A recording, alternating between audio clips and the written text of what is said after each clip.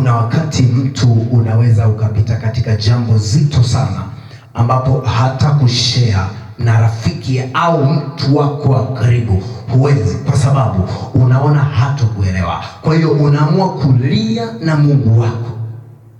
Sasa neema ninayokuombea wewe uliye katika wakati huo mzito, Bwana akabadili gia hewani, akabadili gia hewani. Ni wakati wa kumchanganya adui, aone ghafla unatokea mwanga katika giza zito ambalo liko mbele yako.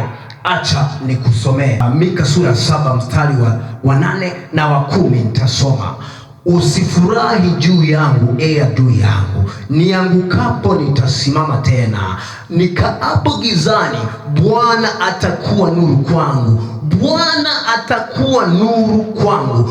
Bwana atakuwa nuru kwako. Saa hii, dakika hii natamka, Bwana atakuwa nuru kwako. Adui aliyekuwa anafurahia kwamba uko gizani, umeshikiliwa kweli kweli, umekamatika, wakati huu ataona kitu kipya kinaenda kutokea katika maisha yako. Angalia kitakachompata. Sikiliza mstari wa 10: ndipo adui yangu ataliona jambo hilo, na aibu itamfunika yeye aliyeniambia, yuko wapi Bwana Mungu wako? Unajua, kuna wakati watesi wetu huwa wanauliza, yuko wapi Mungu wa yule jamaa? Mbona anateseka? Mbona ameshikika? Mbona maisha yamemchapa?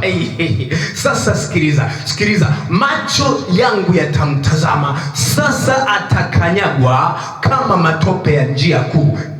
Katika jina la Yesu, adui yako anaenda kukanyagwa kama matope ya njia kuu. Huu ni wakati na kuombea neema. Ingia rohoni kwako, mwambie Bwana, Mungu, usiruhusu walionicheka waendelee kunicheka, usiruhusu walionidharau waendelee kunidharau, wala usilie na machozi yako. Mwambie Bwana, machozi haya niliyolia au ninayolia wakati huu yakawe ya mwisho. Machozi mengine yanayokuja yawe ni baada ya kutendewa jambo jema, yawe ni machozi ya furaha, na kuombea ukalie machozi ya furaha Bwana atakapokufurahisha. Haleluya, haleluya, haleluya. Pokea katika jina la Yesu.